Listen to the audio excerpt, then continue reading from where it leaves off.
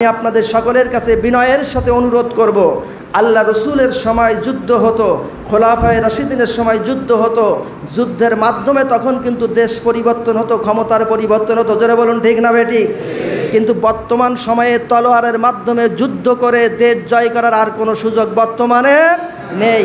এখন আমাদের ব্যালটের মাধ্যমে আমাদেরকে নির্বাচনে বিজয়ী করে ইসলামের পক্ষের শক্তি থাকবে না ইসলামের বিপক্ষের শক্তি থাকবে, এটা আমাদের প্রমাণ হবে ব্যালটের মাধ্যমে। আজকের যারা আপনি আমি এখানে উপস্থিত রয়েছি, আমাদের কি এই চিন্তা করা যায় না, আমরা যদি আল্লাহর পক্ষের শক্তিতে, আমরা যদি আগামী নির্বাচনে যদি আল্লাহর পক্ষের শক্তিদের পক্ষে যদি ভোট দিতে পারি, এই দেশ যদি ইসলামের পক্ষে যদি যায়, কোরআনের পতাকা যদি উড্ডিত যদি হয়, উড্ডীন যদি হয়, তাহলে আমরা সুখে শান্তিতে বসবাস করতে পারবো, মানুষ একটা সুন্দর পরিবেশে বসবাস করতে পারবে। সেই পরিবেশ তৈরি হোক, আমরা সকলেই চাই কি চাই না? তাই যদি চাই তাহলে আজকের এই সিরাত অনুষ্ঠান থেকে আমাদেরকে সিদ্ধান্ত গ্রহণ করতে হবে, আমাদের ভাই হোক, আমাদের চাচা হোক, আমাদের আত্মীয় হোক, এটা আমাদের দেখার বিষয় না।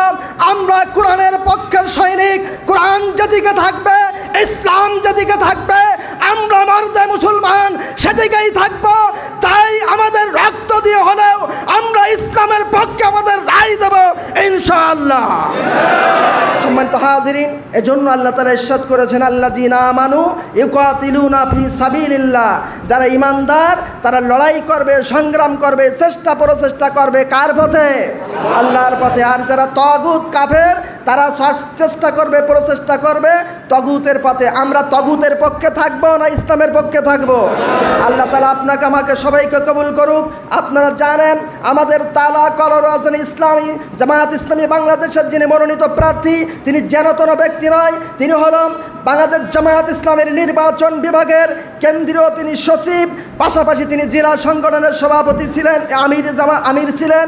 এরপরে বর্তমান সময়ে তিনি একজন জননন্দিত নেতা, ইসলামের পক্ষের শক্তি তিনি। এজন্য আমরা তার পক্ষে আগামী নির্বাচনে কাজ করে তালা কলরার মাটি থেকে আমরা ইসলামের পক্ষের শক্তিতে রূপান্তরিত করতে চাই।